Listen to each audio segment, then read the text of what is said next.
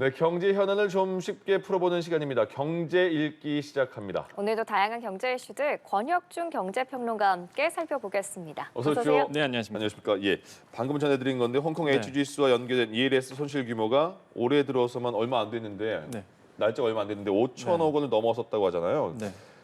그러면 올해 한 해 만기가 굉장히 많이 돌아올 텐데 네. 어느 정도까지 이 손실을 저희가 예측할 수가 있을까요? 그러니까 지금 올해 들어와서 2월 7일까지인데요. 이게 만기가 한 9,700억 원 정도 돌았는데 예. 아까 말씀하신 것처럼 손실률이 53% 정도 나왔습니다. 그 뜻은 뭐냐면 예를 들어서 내가 이제는 1억 원을 투자했다라고 본다 그러면 뭐 5,300만 원 그냥 손실 보고 나머지 금액 돌려받았다는 얘기거든요. 예. 그러니까 이제 만기가 차차 이제 돌아오게 돼요. 이게 한 2년 전에 팔았던 상품이다 보니까 이제 만기가 돌아오게 되는데 일단 지금 본다 그러면 올해만 하더라도요. 이 만기 금액이 15조 원이나 되고요. 예. 상반기만 보더라도 이게 한 10조 2천억 원 정도 만기가 돌아옵니다. 그럼 이대로의 손실률로 간다 그러면 예. 말 그대로 53% 손실률이면은 뭐 어마어마한 천문학적인 금액이 손실로 이제 다가올 수밖에 없는 부분이에요. 그래서 예. 이런 부분들이 굉장히 우려스럽다고 보시면 되겠고 지금 아까 말씀드린 것처럼 이제는 올해 들어와서 이제 만기액이 한 15조 원 정도 되거든요. 그러면 이대로 손실률이 간다 그러면 7조 원이 넘어갈 수 있는 거죠. 그래서 네. 지금 아마 ELS 상품에 투자하신 분들은 굉장히 지금 안 좋은 상황으로 지금 가고 있다라고 볼 수가 있겠다라고 말씀을 드립니다. 예. 네, 손실률이 이렇게 크다 보니까 네. 금감원이 ELS 판매사에 대한 2차 현장 검증에 나설 네. 예정이고 또 은행권이 배상안을 검토 중인데 네. 배상의 쟁점으로 적합성 원칙이라는 게 꼽히더라고요. 이 네. 적합성 원칙이 뭘 말하는 거예요? 그러니까 예를 들어서 제가 이제 상품을 파는 사람이라고 본다 그러면요. 투자자가 오셨어요. 예. 그러면 이 투자자가 공격성이 있는지, 그러니까 아마 이 공격성이라는 거는 공격적인 투자자, 아마도 리스크를 많이 안고 내가 더 많은 수익을 위해서 이제 공격적인 투자자 성향이 있는지, 아니면 뭐 보수적인 사람인지 이게 분석을 하게 돼요. 네. 그러면 그분에게 적합한 상품을 투자하도록 권유하는 원칙이 있습니다. 이걸 지켜줘야 되거든요. 근데 이 적합성의 원칙이 위배됐다라고 이제 투자자들이 말을 하는 게 너무 형식적이었다. 그 차트가. 왜냐하면 나에 대해서 물어보는데 뭐 확인하셨죠? 네, 해서 넘어갔다는 얘기예요. 예. 그러니까 은행 쪽에서 이제 적합성의 원칙을 위배했다라고 이제 보고 있는 거고, 이제 은행 쪽에서는 아니다. 이거에 대해서 형식적으로 절차를 잘 지켜왔다라고 얘기하고 있는 거예요. 그래서 이게 좀 팽팽하게 맞서고 있는데, 예. 근데 투자자 입장에서 본다 그러면 이제 자기 책임의 원칙이라는 게 있습니다. 그게 뭐냐면 자기가 투자한 거에 대해서는 본인이 책임져야 된다는 또 원칙이 있어요. 그래서 네. 이 적합성의 원칙과 자기 책임의 원칙이 약간 이제 지금 부딪히고 있는 거고, 예. 과연 이제 어느 정도의 이 적합성의 원칙에 대해서 은행권들이 이거에 대해서 인정을 하느냐가 되게 중요합니다. 예. 근데 제가 여기서 말씀드린 게 은행권이라고 말씀드렸잖아요. 네. 사실 은행에 파는 상품은 아니에요, 이게. 원래 증권회사가 팔아야 되는 건데 은행들이 이제 신탁 형태로 해서 대리해서 파는 거거든요. 그래서 신탁 상품으로 해서 대부분의 은행에서 많이 팔았습니다, 이게. 그러다 보니까 은행에서 지금 좀 난리가 난 거죠. 예. 사실 판 쪽에서. 그래서 은행들이 과연 이 적합성의 원칙을 어느 정도 지켜줬는지, 불안전 판매에 대해서 어느 정도 인정할 가능성은 전 크다고 봐요. 왜 그러냐면 예. 지금 90대 분에게 판매된 금액이 ELS가 90억 원에 넘어갑니다. 그러니까 90대라고 본다 그러면 사실상 공격적인 투자자겠느냐라고 본다 그러면 사실 좀 의아하거든요. 예. 예, 노후 자금이고. 근데 이런 분들에게 90억 원에 판매됐다는 걸 본다 그러면 형식적인 어떤 절차가 분명히 있을 거다. 하지만은 이제 투자자들이 원하는, 제가 말하는 게 이거예요. 투자자라고 저는 지칭을 하잖아요. 네. ELS 상품은 투자 상품이거든요. 네. 그러니까 투자자들이 원하는 100%의 어떤 뭐 예를 들어서 뭐 환불이라든지 해지라든지 그건 좀 힘들지 않나. 왜? 자기 책임의 원칙이 분명히 있기 때문에 여기에서 이제는 상품에서 투자하셨던 분들도 어느 정도 손실은 감안할 수밖에 없는 상황으로 갈 거다. 하지만은 과거 사태, DLF 사태가 있었거든요. 비슷한 상품이에요. 이거는 투자 연계 이제는 펀드 상품인데 그 당시에도 이제 금감원에서 권고했던 것이 한 40에서 80%는 니네가 인정을 해놔라고 권고한 사례가 있었거든요. 예. 아무래도 이번에도 ELS 사태도 마찬가지로 아마 금감원 쪽에서 아마 이 정도 권고가 나오지 않을까. 그리고 그 전에 이제는 은행들이 어느 정도 먼저 이 해결안에 대해서 먼저 얘기하지 않을까라고 좀 생각을 해봅니다. 예. 비트코인 있으세요? 저는 먼저 말씀드립니다. 비트코인 없습니다. 저도 없습니다. 없습니다. 네. 예. 왜 이렇게 저도 없는데요? 예, 왜 이렇게 올라요? 그러니까 저는 먼저 이제 이해상충의 문제는 예, 없다라고 알겠습니다. 먼저 전제 조건을 하고 좀 말씀드릴게요. 네네. 근데 지금 비트코인이 좀 많이 올랐죠. 네. 지금 본다 그러면 뭐 5만 달러 돌파했다라고 나오는데 우리 돈으로 그러니까 5만 달러 하면 피로 못 느끼시잖아요. 그쵸. 네. 우리 돈으로 6,600만 원 됩니다. 네. 그러니까 6,600만 원을 일단 돌파를 한 거예요. 한 개라는 거죠, 한 개. 그렇죠. 그때 한 개. 1코인당. 예. 예. 그래서 지금 오른 이유를 본다 그러면 첫 번째로 본다면 현물 ETF를 승인을 했잖아요. 사실상 이제는 증권위원회에서 미국의 증권위에서 허용을 해줬는데 지금 ETF를 통해서 매수세가 들어오고 있거든요. 그러니까 그 뜻은 뭐냐 그러면 투자자들이 코인에 대한 직접적인 투자가 아니라 이제는 뭐 간접 투자로 해서 ETF 상품을 가입하면 당연히 운용사 입장에서는 이제 기초 자산을 가지고 있어야 되다 보니까 당연히 비트코인을 매수할 수밖에 없어요. 예. 그러면 당연히 이제 비트코인에 대한 수요가 늘어나게 되는 거죠. 그러다 보니까 이제 가격이 뛰는 거죠. 이제 비트코인 코인 자체는요 설계가 어떻게 돼 있냐면 채굴이라는 걸 합니다. 이게 마이닝이라고 채굴을 하게 되는데 채굴하는 양보다 지금 뭐 공급하는 양보다 그러니까 수요가 더 많은 거예요. 그러니까 당연히 이제는 가격이 뛸 수밖에 없는 구조고 예. 두 번째 이유는 반감기 때문에 그렇습니다.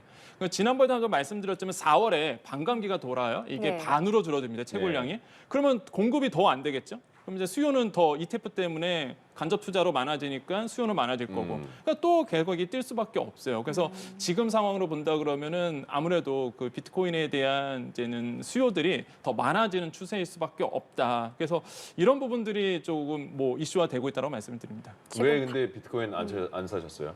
일단 비트코인을 안 사는 이유가 여러 가지가 있는데요. 저 같은 경우에는요. 일단은 저 철학하고 좀 안 맞습니다. 왜냐하면 변동성이 너무 크다 보니까 비트코인 사면 좋죠. 당연히 뭐 오를 거라고 이제 생각하고 있는데 네. 하지만 안 사는 이유가 일단 24시간 거래소가 돌아갑니다. 그러면은 투자하는 사람 입장에서 본다 잠 못 그러면요. 새벽에도 차트를 볼 수밖에 없는 부분이 있어요. 그 내 성향과 맞지도 않고요. 그다음에 변동성이 워낙 심하다 보니까 내가 이걸 투자함으로써 오는 기쁨과 행복감과 내가 이걸 투자 안 함으로써 행복감을 비교해 봤어요. 물론 상대적 가치겠지만 네네. 저는 투자 안 함으로써 오는 행복감이 더 좋았다. 왜? 투자함으로써 그 변동성에 대한 그 말 그대로 일일비제거든요. 그냥 오르면 기분이 좋고 예. 떨어지면 기분이 이게 너무 심하다 보니까 아 이거는 제 투자 절약과 안 맞기 때문에 저는 그냥 나와 별개의 상품이라고 딱 정했습니다. 예. 아무리 뭐 뉴스에서 뭐 올랐다 떨어졌다 하더라도요. 일단 저의 어떤 철학과 맞지 않는 부분이라서 아마 그랬기 때문에 제가 항상 이 비트코인에서 얘기할 때 말씀드리는 게 그거예요. 그 나에게 행복감이 찾아오는 거냐. 투자 철학이 분명히 있어야 되거든요. 알겠습니다. 투자 철학이 없으면 힘들지 않나. 신뢰감이 조금 더 생기네요. 지금 좀 네. 전에 또 반감기를 얘기해 네. 주셨는데 반감기를 앞두고 너무 이른 상승세가 나타나는 것 아닌가 하는 네. 얘기도 있거든요. 뭐 불안 요소는 없을까요? 그러니까 반감기가 뭐냐 그러면은 아까도 잠깐 말씀드렸지만은 이제 채굴을 하게 되잖아요. 그게 이제 4년마다 비트코인이 어떻게 설계되어 있냐면 4년마다 채굴량이 반으로 줄어듭니다. 그러니까 공급이 반으로 끊긴다는 얘기예요. 그러면 이게 반감기가 돌아올 때 큰 폭으로 비트코인이 뛰었습니다. 몰라요. 예. 근데 많은 분들이 지금 궁금해하는 게 그 2016년도, 2020년도 그때 반감기였거든요. 엄청나게 많이 뛰었어요. 네. 그럼 그때처럼 돌아오겠냐라고 본다 그러면 저는 이번 반감기는 물론 오르긴 오를 겁니다. 하지만은 과거처럼 크게 뛰진 않는다. 왜? 2020년 같은 경우에는요 유동성 장세였어요. 아시겠지만은 뭐 코로나 때문에 각국 정부가 뭐 엄청난 유동량을 풀었습니다 시중에. 그거에 맞물려서 비트코인이 엄청나게 또 올랐을 때였거든요 그 네. 당시에. 그 당시처럼 유동성 장세가 아니다 보니까 지금은 저는 뭐 그때처럼은 오르진 않을 거지만 일단은 뭐 지금 반감기가 돌아다 보니까 많은 투자자분들은 그거에 기대감에서 또 오르는 것으로 이제는 좀 많은 분들이 이제 예상을 하고 포지션을 잡고 있고요. 예. 또 하나가 이제 증시라고 좀 맞물려 있는데 뉴욕 증시 자체가 지금 굉장히 좋습니다. 이미 아시겠지만은 그래서 S&P 500 지수도 이제 5,000선을 돌파했기 네. 때문에 그러다 보니까 지금 사실상 과거엔 그랬어요. 그럼 비트코인 우리가 코인을 어떻게 봐야 되느냐라고 했을 때 그럼 이게 안전 자산으로 봐야 되느냐, 투자 상품으로 봐야 되느냐. 네. 지금은 거의 결론이 났죠. 예, 투자 상품입니다. 그러다 보니까 증시랑 같이 커플링돼서 움직여요. 그러니까 주가가 좋다 보니까 그러면 위험 자산에 대한 투자가 늘어나고 코인에 대한 관심들이 높아지고 그러다 보니까 이게 맞물려서 지금 계속적으로 이제 관심들이 많아지고 있다. 예. 하지만은 저는 투자를 하지 않는다라고 말씀드립니다. 알겠습니다. 아유 이거 뭐 식료품 이번엔 설 명절에도 차례상 준비하면서 현타 오신 분도 많을 것 아, 예, 같은데 그렇죠. 예. 예. 도대체 뭐 때문에 이렇게 식료품 가격이 오른 거예요? 네, 일단 과일이에요. 예. 예. 뭐 과실 지수가 너무 많이 오르는 상태고요. 이미 아시겠지만 저도 추석 때 사과를 워낙 좋아하다 보니까 네. 사과 사과 사려고 좋아한다는 갔는데 말씀 많이 하시네. 그 10,000원 들고 가면은요 사과 3개 삽니다. 그러니까요. 그러다 보니까 뭐 과실 가격이 크게 올랐고요. 실제 신선 과실 같은 게 28% 정도 올랐어요. 그래서 네. 지금 과일 물가로 따로 본다 그러면 한 27% 올랐고 네. 그러다 보니까 사실 과일이 크게 올랐다라는 부분. 소비자 물가 상승률은 사실상 2.8% 올랐거든요. 그럼 그거에 대해서 과실 물가는 엄청나게 더 높은 거죠. 그다음에 생활 물가 지수로 본다 그러면 이제 3.4% 올랐습니다. 그러니까 우리가 이제 전체적인 소비자 물가보다 생활할 때 쓰는 물가가 훨씬 더 높아요. 그러다 보니까 조금 이제 장 보실 때 네. 조금 굉장히 부담스러울 수밖에 없다라고 말씀을 드리겠고 그래서 그러다 보니까 지금 뭐 전체적으로 다 올랐고요. 유가가 아마 더 영향을 좀 앞으로 주지 않을까 생각합니다. 지금 네. 지정학적 리스크로 인해서 유가가 좀 많이 뛰고 있는 부분이 있거든요. 이게 또 우리나라의 소비자 물가 상승에 또 영향을 줄 가능성은 굉장히 크다라고 생각을 해봅니다. 네, 이렇게 유가가 뛰고 있는데 이달 말 정부의 유류세 인하 조치가 종료될 예정이에요. 네. 그럼 앞으로 정부가 좀 재연장할 가능성이라든가 필요성 있을까요? 재연장 하겠죠.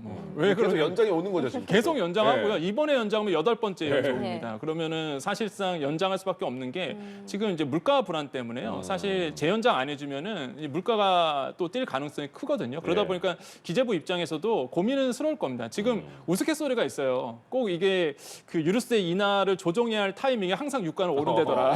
이런 우스갯소리가 사실 있거든요. 예. 그러니까 딱 이맘때 되면 항상 유가가 올라요. 그러다 보니까 또 기재부 입장에서 고민스럽겠죠. 그래서 이번에도 재연장하지 않을까. 그럼 유류세 인하 조치가 연장된다는 얘기는 네. 지금 일단은 기름값 그대로 간다는 얘기입니다. 네. 사실상 지금 휘발유 같은 경우에는 유류세 25% 인하를 하고 있단 말이에요. 이게 만약에 종료된다 그러면 기름값 뛸 수밖에 없거든요. 그렇기 때문에 아마 이번에 물가를 고민하더라도 아마 재연장되지 않을까 생각하는데 과거에는 6개월마다 연장했었다가요. 지금은 4개월, 2개월로 줄어들었어요. 네. 이번에도 단기로 해서 아마 한 번 더 연장하지 않을까라고 좀 조심스럽게 예상을 해봅니다. 예, 그게 없어지면 진짜 주유소 갔을 때 피부로 확 느껴지잖아요. 맞습니다. 그게. 예.